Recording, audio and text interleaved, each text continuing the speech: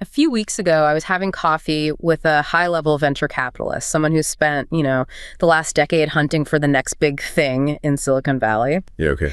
And when the topic of quantum computing came up, he sort of leaned back with this confident, almost dismissive smirk. I can picture it. He starts pulling up news clips on his tablet stories about property bubbles in China, videos of ghost cities, and he tells me, innovation requires friction, risk, and the hunger of the free market. You can't just command a breakthrough into existence. The standard line. The standard line. To him, the economic headlines are just, ironclad proof that the East was running out of steam. Right.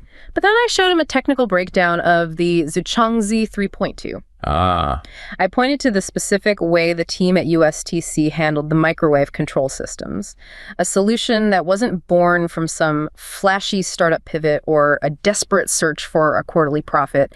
This was from 20 years of the same scientists sitting in the same lab, completely shielded from the volatility of the stock market. And what was his reaction? Well, as he looked at the data, that dismissive smirk didn't just fade.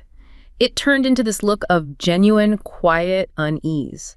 It wasn't the quantum supremacy that rattled him.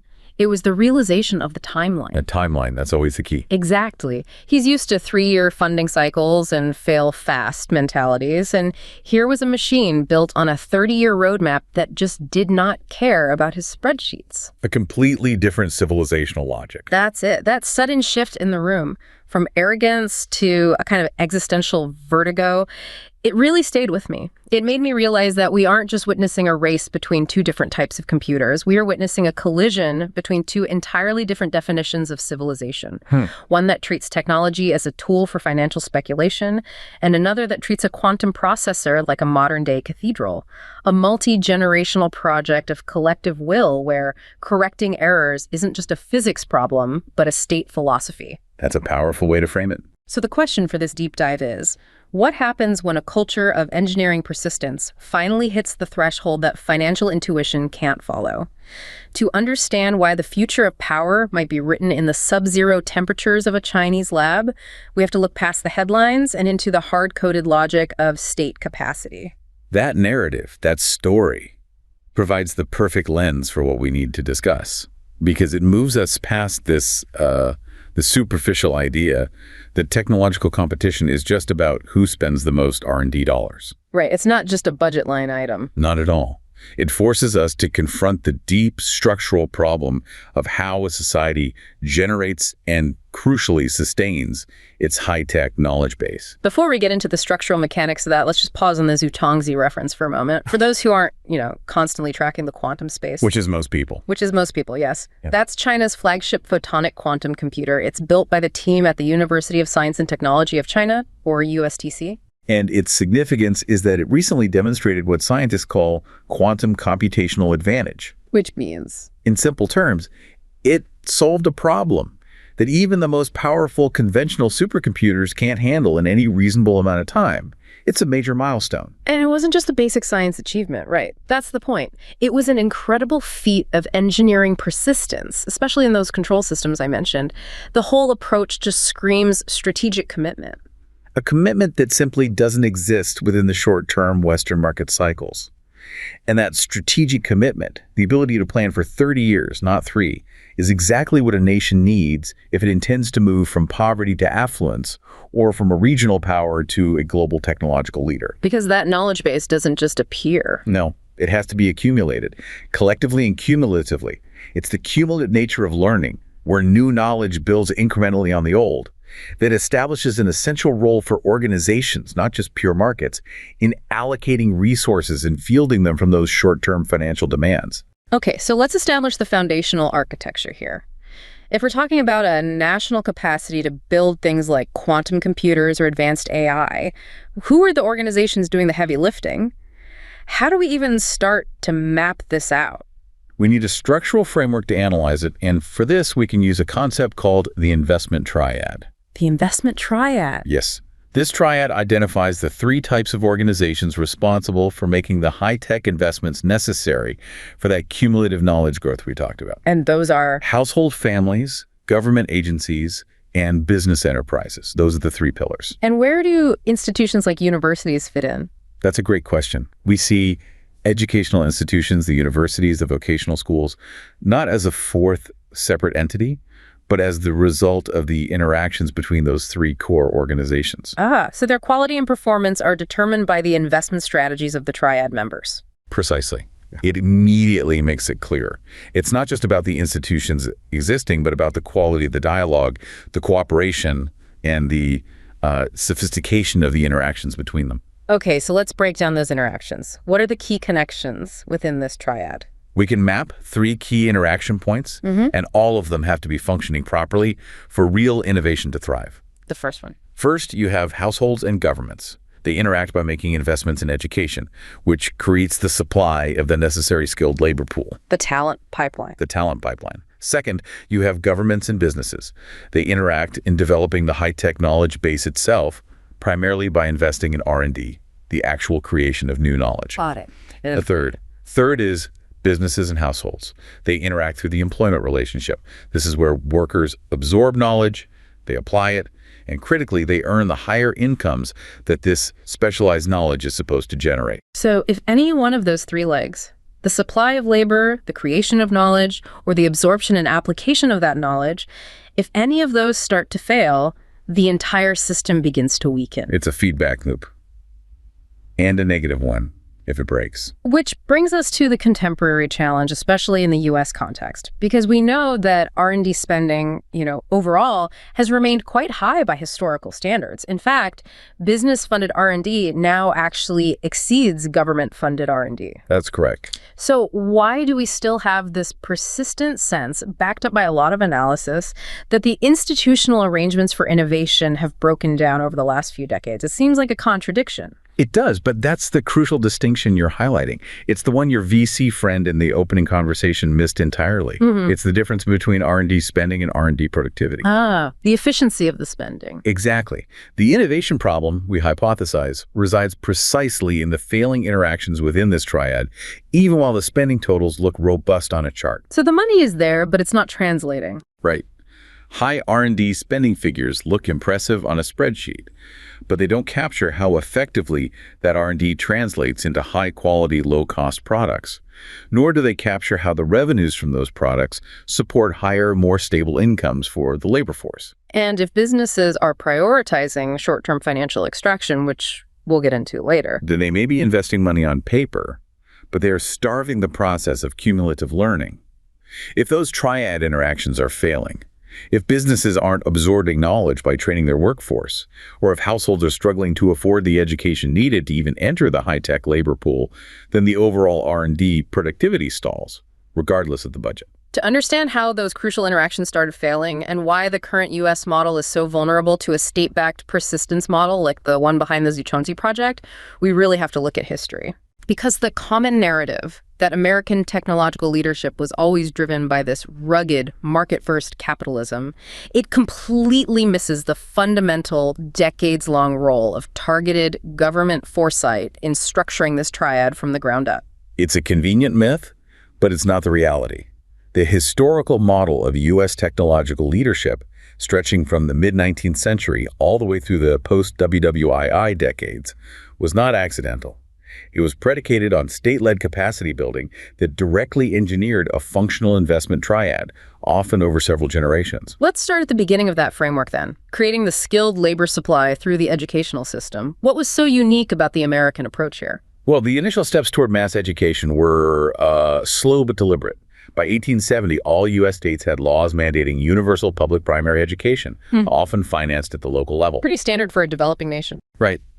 But the path the U.S. took, which proved unique and highly strategic, was the creation of a national system of tertiary education college and university level, well in advance of a robust system of universal public secondary education that could feed into it seamlessly. They built the colleges before the high schools. That's completely counterintuitive, especially when we think about how education works today. It was a fascinating political and social maneuver, and it was crystallized by the Morrill Land-Grant College Act of 1862. Packed right in the middle of the Civil War. That's incredible timing. It is. The legislation provided states with federal land or land scrip to endow, support, and maintain at least one college focused on agriculture and the mechanic arts. But the purpose wasn't what we'd think of as tech development today, was it? No, not primarily. The stated purpose of the first Morrill Act was profoundly social and political. It was about elevating the cultural and political standing of the industrious classes. Farmers and artisans relative to the learned classes who attended the traditional, often privately funded institutions like the colonial-era Ivy League schools. So it was a massive, decentralized, state-led infrastructure investment that was framed as a social justice act for the working man, but it just so happened to lay the groundwork for a technological superpower a century later. That's a perfect synthesis. The timeline alone should worry the VCs you spoke with. The goal was to give these industrial classes access to practical, high-level knowledge. It didn't work right away. No. For the first quarter century after 1862, these colleges really struggled. And the reason why is that the supply side of the Triad, the households, wasn't ready. The students weren't there. Exactly. Few children of farmers and artisans had the necessary secondary qualifications. Think about this. Only about 3.5% of 17-year-olds were high school graduates by 1890. So colleges had to offer preparatory courses just to get students up to speed. And on top of that, families struggled to see the value in 4 years of college versus immediate on-the-job experience. So where did the shift happen? What made the Morrill Act finally succeed and take off? The breakthrough came in the 1890s. The land-grant colleges began to succeed because their graduates were no longer primarily expected to be farmers or artisans. They were expected to be college-educated professional, technical, or administrative employees. It was a critical adjustment to market demand. And who created that massive sustained demand for a professional, college-educated labor pool? Two groups simultaneously. Okay. The rising professional government agencies and the managerial business enterprises, the burgeoning nationwide government bureaucracy, especially the U.S. Department of Agriculture, the USDA, and the rapidly growing corporate bureaucracies of big businesses began systematically recruiting four-year college graduates. So that made the investment in college suddenly seem rational. Highly rational and highly attractive for these industrious families. The success of the educational investment leg of the Triad was fundamentally driven by the rising sophistication and scale of the business and government legs. It was a pull, not a push. That shift from education to employment makes perfect sense. But for that employment to be high-tech, someone had to create the new knowledge they were absorbing. Right. So let's pivot from households to the second key interaction point. How did the government first step up as the primary R&D engine, targeting new knowledge creation, starting in an industry as fundamental as agriculture? This is where that interactive, state-led model truly emerges. The USDA was founded in the same year as the Morrill Act, 1862, specifically to increase crop productivity and disseminate research findings. And agricultural productivity wasn't just a side issue, it was core to the economy. Paramount to national stability and trade. Consider this pacing detail. As late as 1929, food absorbed 23% of personal disposable income, and food exports made up a staggering 40% of all U.S. merchandise exports in 1900. 40%. Let's just stop on that number for a second. That level of economic dependence, it explains why the government's investment wasn't altruistic. It was strategic self-preservation. Absolutely. It justifies the kind of long-term, multi-decadal planning that we now see in countries like China today. Precisely. This strategic need institutionalized research. The Hatch Act of 1887 funded agricultural experiment stations that were operated in conjunction with the land-grant universities. And that was a radical change. It was. Up to that point, U.S. universities were not really seen as formal research institutions. The experiment stations institutionalized the integration of higher education into the operation of the U.S. economy. They linked the creation of knowledge directly to the training of the workforce. That sounds like a sophisticated feedback loop. But surely the fragmented nature of the industry, millions of individual family farms, meant there had to be resistance. Didn't farmers view the government's county agents as some kind of unnecessary bureaucratic interference? That's a crucial point. Yes, resistance was present. But the government institutionalized diffusion, the knowledge absorption process, in a very targeted way. How? This came through the Smith-Laver Act of 1914, which financed cooperative extension services. These services employed county agents whose job was to actively disseminate new knowledge like new seed strains or fertilization techniques to farmers. Okay, so pushing the knowledge out. Pushing it out, but also, just as importantly, collecting relevant field data and bringing it back to the research programs at the experiment stations. That's a perfectly designed, interactive government business model, but led by the government in a fragmented industry like family farming. It wasn't a linear process where science was just handed down from on high. Not at all. It was a constant, real-time feedback loop between basic science, applied research, and on-the-ground practice. And this model wasn't limited to farming. No, it set the precedent for strategic state-led intervention across the board. Look at the science-based industries that became critical for the 20th century. The National Institutes of Health, the NIH, traces its origins back to an 1887 one-room bacteriological laboratory on Staten Island focused on infectious diseases like cholera. A tiny beginning. Tiny. But by 1937, Congress established the National Cancer Institute alongside the renamed NIH. Similarly, the government created the National Advisory Committee for Aeronautics, or NACA, in 1915 because it recognized the U.S. was lagging behind European aviation research. And NACA became NASA. Eventually. But first, in 1917, NACA launched the Langley Memorial Aeronautics Laboratory, which quickly became a world leader in aeronautical testing. This long history shows clear, continuous government strategy targeting key industrial and health fields well before World War II. And at the same time, corporate America, under what we're calling the old economy business model, the OEBM was simultaneously building its own monumental research capacity. They were creating the second half of that R&D leg of the Triad. They absolutely were.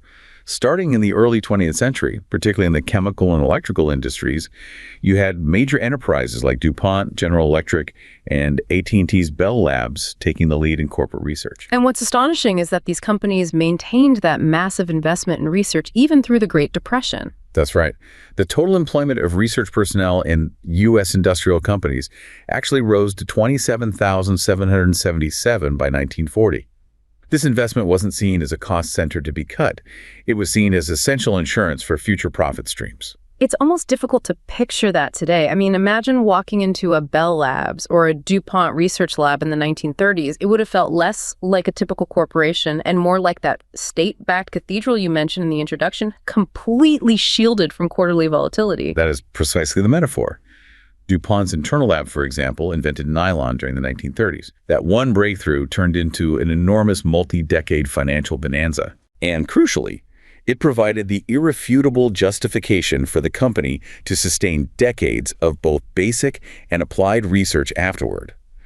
They understood that the creation of new foundational knowledge had to happen internally for them to maintain a competitive edge. So you have this comprehensive investment structure, powerful government institutions, coupled with massive corporate research engines that provided the scientific and industrial muscle ready for the shock of World War II. And the war mobilization created an unprecedented, accelerated interaction between business and government personnel. It just collapsed the distance between creation and application. Corporations came out of the war stronger. Vastly. They had enhanced research and manufacturing facilities.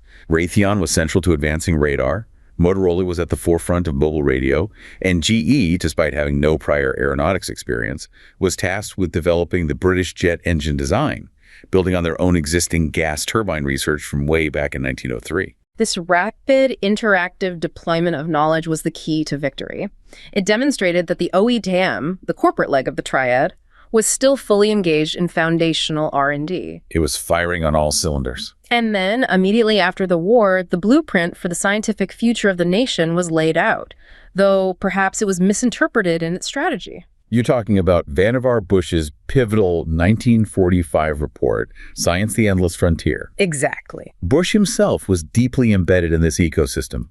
He founded the company that became Raytheon and headed the Wartime Office of Scientific Research and Development.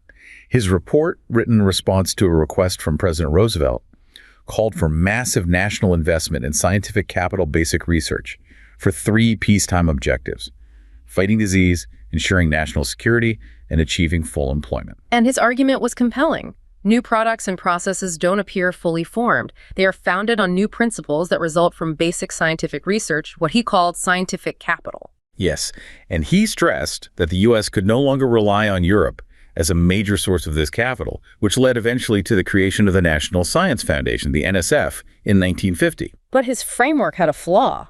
It did. It was criticized for espousing a linear model of innovation. Basic science leads to applied research, which then leads to development. A to B to C. Exactly. And that model failed to capture the successful interactive approach that had been demonstrated throughout U.S. history.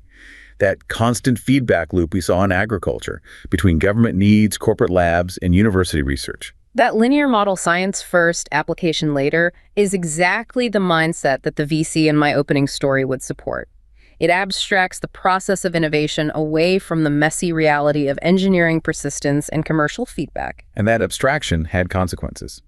Despite his personal history working so closely with industry, Bush's report gave no explicit hint that corporate research should play a major role in investing in this foundational scientific capital moving forward. He put the responsibility elsewhere. Almost entirely on strengthening universities and institutes. And in doing so, he inadvertently set the stage for the new economy business model, the NEBM, to emerge decades later, a model which would rely on externalizing these basic research costs. While that strategic framework was being debated, the U.S. government was simultaneously pouring resources directly into the households of the Triad. I'm talking about the GI Bill. The Servicemen's Readjustment Act of 1944. It was arguably the most significant and fastest investment in human capital in that entire period. The scale was just enormous. It provided funding for millions of WWII veterans to get college educations, buy homes, start businesses, and the demographic impact was immediate and staggering. The number of 23-year-olds with a bachelor's degree, which had fallen during the war to about 50 per 1,000, it jumped to about 180 per 1,000 by 1950. Wow.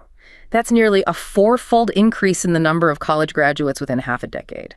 You're creating a vast, highly trained labor pool precisely when science-based industries, many of them enhanced by wartime contracts, needed it most. You can't build a high-tech superpower without high-tech personnel. And the government essentially created that pool almost overnight through a strategic investment in household capacity. It secured the foundational leg of the Triad. It did. The investment by households in education was supercharged, and it gave the U.S. an unassailable advantage moving into the Cold War and the microelectronics era. This whole period, from 1862 to 1950, it shows that American technological supremacy was, for its first century, a triumph of coordinated strategic state capacity, not just unfettered free markets. Which brings us to the moment where that model fundamentally changed, starting with the microelectronics revolution.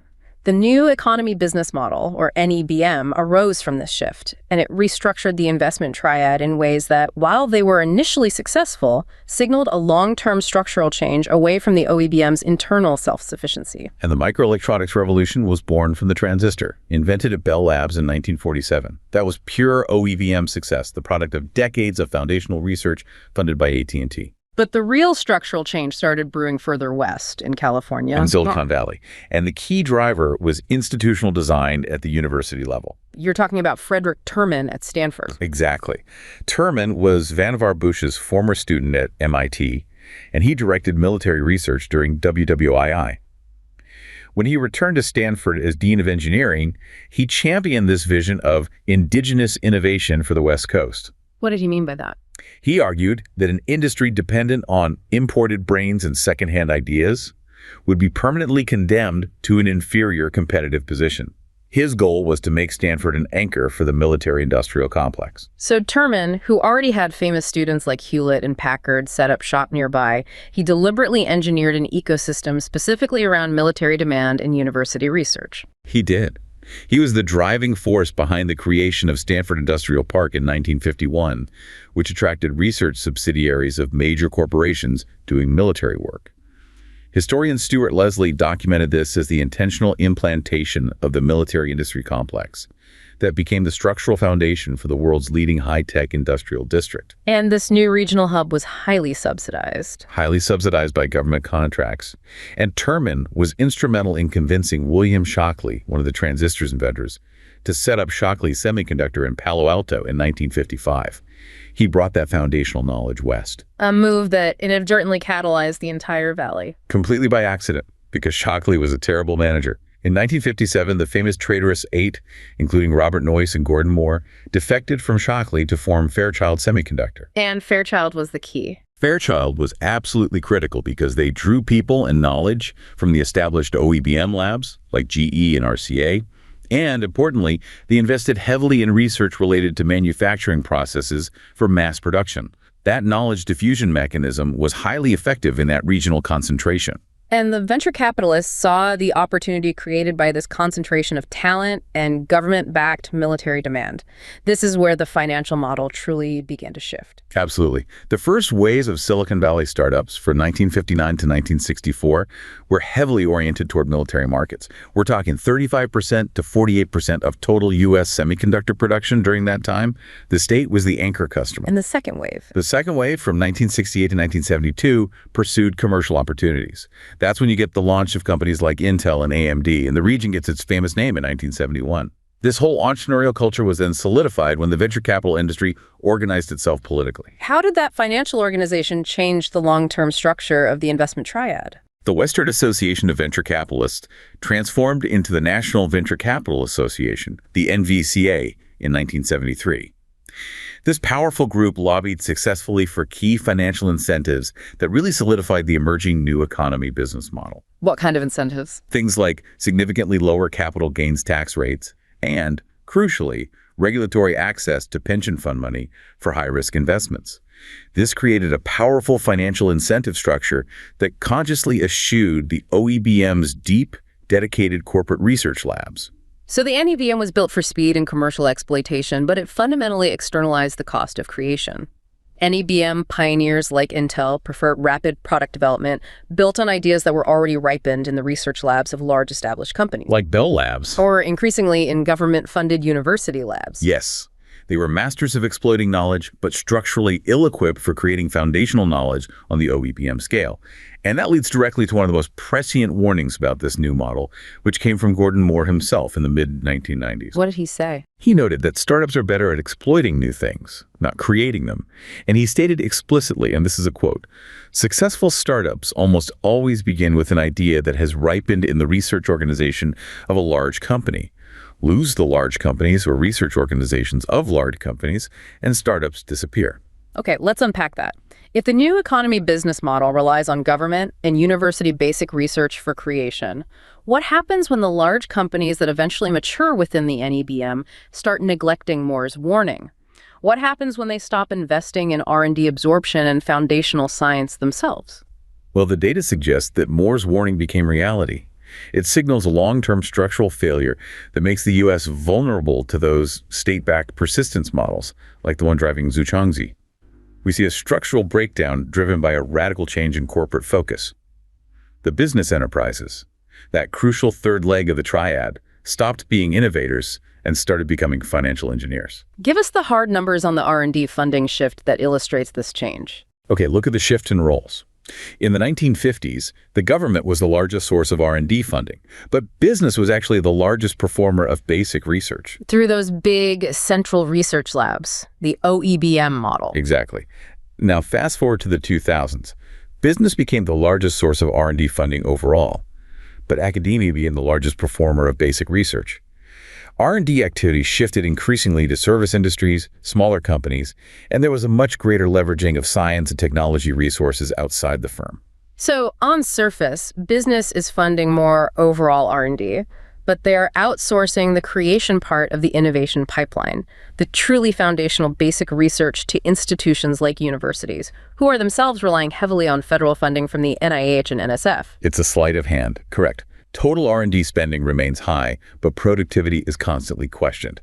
And this shift leads directly to the concept you raised earlier, the gradual erosion of the industrial commons. Collective know-how. Exactly. The collective body of R&D, manufacturing know-how, process development skills, and engineering capabilities embedded within firms and universities that provides the foundation for sustainable growth. When companies stop performing basic research and stop investing in manufacturing know-how, they lose the ability to absorb complex, cutting-edge external knowledge. So the erosion of the industrial commons isn't just about R&D budgets. It's about losing the embedded manufacturing know-how within your own borders. That ties directly into supply chain vulnerability and national security. You lose the ability to innovate on process, not just product. Precisely. When you lose the process knowledge, how to miniaturize a component, how to refine a complex material, you become reliant on external suppliers, often in Asia, who then gain that cumulative learning advantage. This erosion isn't accidental, though. It's driven by a core financial philosophy that took hold in the 1980s and effectively captured the business leg of the Triad. And that philosophy is maximizing shareholder value, or MSV. MSV. It became the dominant ideology for corporate governance, and it fundamentally legitimized a downsize and distribute regime. The goal shifted from generating profits to sustain cumulative, collective learning and provide secure, high-wage employment to simply driving up share price for external financial benefit, often at the expense of internal capacity. It is the structural enemy of engineering persistence. And the primary mechanism for that value extraction is stock buybacks and dividends. Here's where it gets really interesting, because the sheer scale of this practice illustrates a corporate philosophy focused on, well, value destruction. It is staggering. In the decade between 2004 and 2013, 454 companies in the S&P 500 spent a combined $3.4 trillion on stock buybacks. 3.4 trillion. Trillion, which is 51% of their total net income. On top of that, they spent another $2.3 trillion on dividends, which absorbed an additional 35% of net income. So you're talking about a total of 86% of net income being distributed out, not reinvested. An enormous reallocation of capital away from strategic investments like internal R&D, manufacturing capacity upgrades, and human capital training. And the motivation for this massive cash outflow is highly centralized. It's the executive suite. It's a self-serving loop. It is. Open market stock repurchases are known to give manipulative, temporary boosts to stock prices, which is highly beneficial to executives whose compensation is heavily weighted towards stock-based pay. And how heavily weighted are we talking? In 2012, for the 500 highest paid executives, 82% of their total compensation was derived from realized gains of stock-based pay. 82%. So these massive buybacks, while not the sole cause of the innovation damage, are the clearest manifestation of a financialized corporate culture where executives, driven by these stock-based incentives, are willing to spend billions on repurchases rather than on the long-term strategic investments that take decades to mature. The kinds of investments that would look a lot more like the Zhuangzi project timeline. The willingness to sacrifice multi-generational learning for a quarterly EPS boost. It suggests that corporate executives who prioritize this spending fundamentally lack the strategic vision necessary for sustained, collective, and cumulative learning. Let's ground this structural shift with specific corporate examples.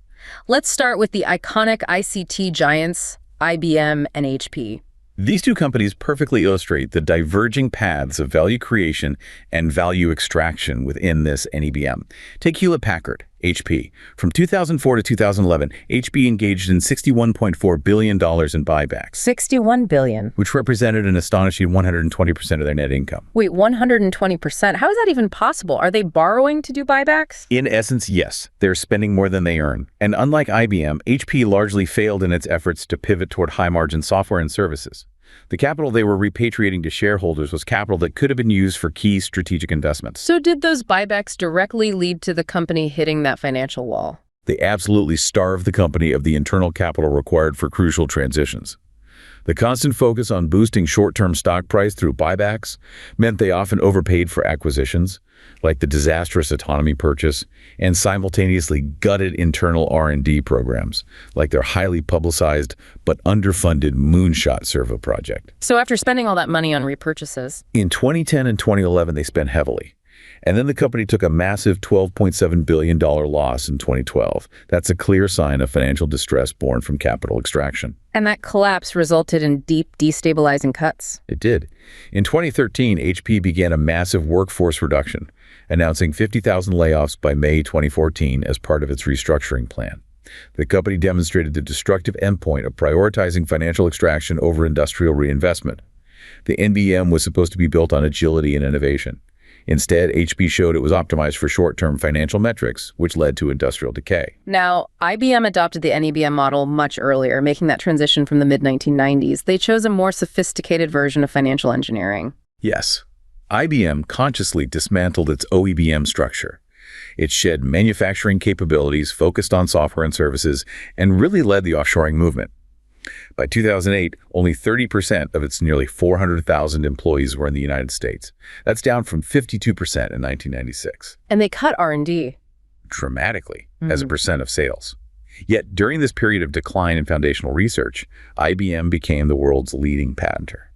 Wait, how can a company cut foundational R&D but simultaneously lead the world in patenting? That seems like a contradiction. It's not a contradiction, it's a symptom of financialization. The main point of patenting was no longer to protect truly proprietary foundational technologies developed internally.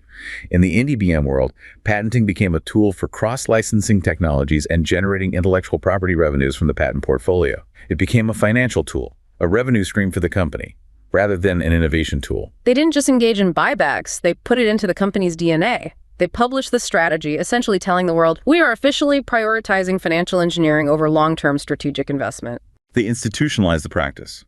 IBM explicitly cited stock repurchases as a driver to achieve its earnings per share, or EPS, targets laid out in its 2015 roadmap. What were the numbers like for them? From 2004 through 2013, IBM did $116 billion in buybacks, which was 92% of net income. Then, in just the first half of 2014 alone, they spent another $11.8 billion on buybacks, representing an astonishing 181% of net income. 181%. It's a strategy built entirely on financial engineering raising EPS by reducing the share count, rather than investing in new value-creating capabilities that would sustain cumulative learning. IBM is engaged in an endgame, destroying value internally rather than creating new sources of profit that justify the long-term existence of the enterprise. We see a similar, if maybe more politically charged, story in the biomedical sector, where high U.S. drug prices are typically justified by the need to fund R&D. But is that justification supported by the financial realities of the pharmaceutical giants? Unfortunately, the evidence shows that the pharmaceutical industry's research capabilities have deteriorated, even as U.S. drug prices are double those in other advanced nations. The money is simply not going where they claim it is, it's flowing to shareholders. Let's look at Pfizer, a major pharmaceutical company. What's their story? For the 2 decades spanning 1994 to 2013, Pfizer expended 66% of its net income on buybacks and another 60% on dividends. So that totals 126% of net income distributed to shareholders. Yes, significantly diverting resources away from the internal R&D they claim requires such high prices. Amgen, a leading biopharma company, shows even starker metrics for the same 2 decades. They spent 103% of net income on buybacks and another 7% on dividends. They were literally spending more than their total profits just to manipulate their stock price and enrich shareholders. That's what the numbers show. So if their internal R&D capabilities are being hollowed out through this massive capital abstraction, where is the knowledge coming from? They must still be producing something to keep the pipeline moving. They leverage a massive government subsidy loophole. The knowledge generated by research funded by the NIH, which has an annual budget of between $29 and $31 billion in recent years. This research is largely basic science, performed in universities and nonprofits, and it's entirely taxpayer-funded. And the Morrill Act of 1980. That facilitated the transfer of government-funded research results to business. So the taxpayer funds the basic science, and the corporations then take that ripened knowledge for commercial development, justifying their high prices as necessary for R&D. They are simultaneously undermining through buybacks. It's a perfected system of risk socialization and privatization. And this system creates profound conflicts of interest that undermine the collective learning process.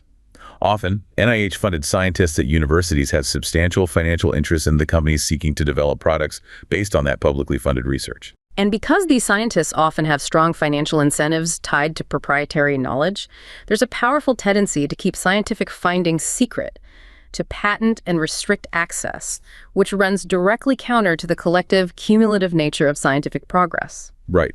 The problem isn't just one of financial morality, it's one of organizational learning.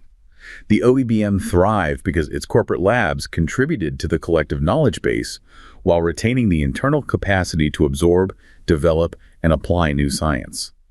The financialized NEBM encourages value extraction and proprietary secrecy, leading to a deep structural vulnerability because the business enterprise leg of the Triad is no longer performing its function.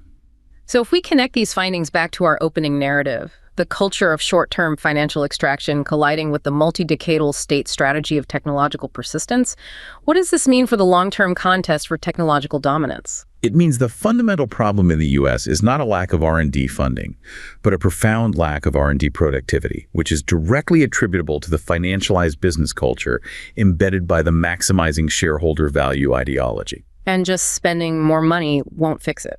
No.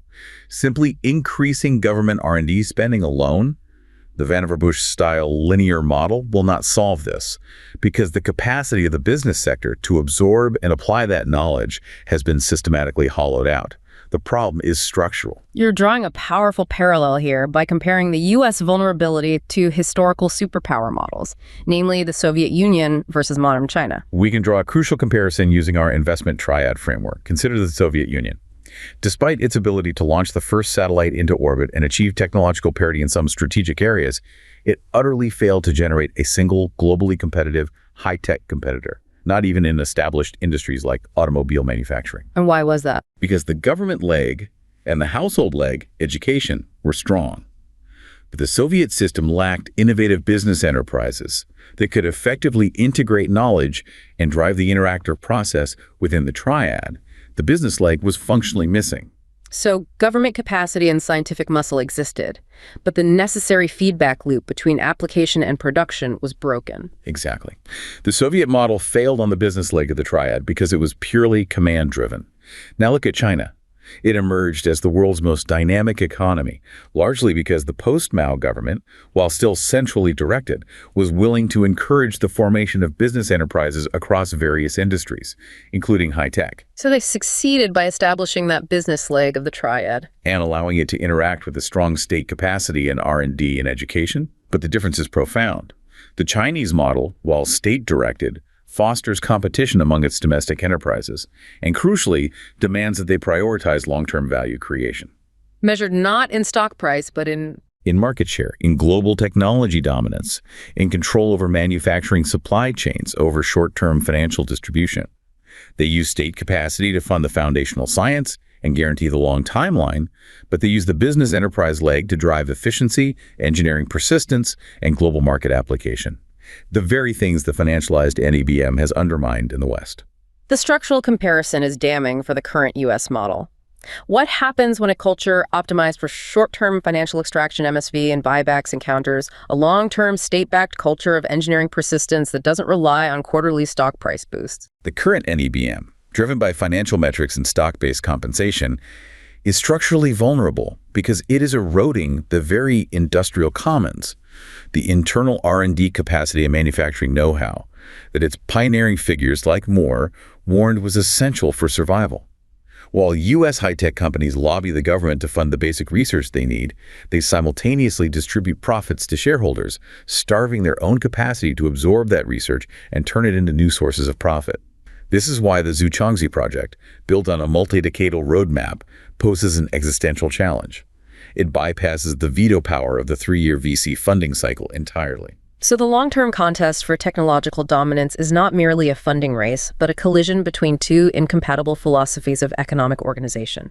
One optimized for maximum shareholder value extraction over short financial cycles, and one designed for multi-decadal accumulation of scientific and industrial knowledge.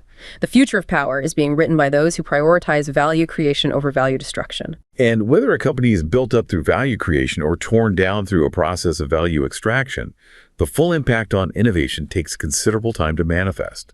Given their deep, established profit streams, many of the largest U.S. companies, those that have dominated the top repurchaser lists, can continue expending more than 100% of net income on buybacks and dividends for years on end before hitting a financial wall.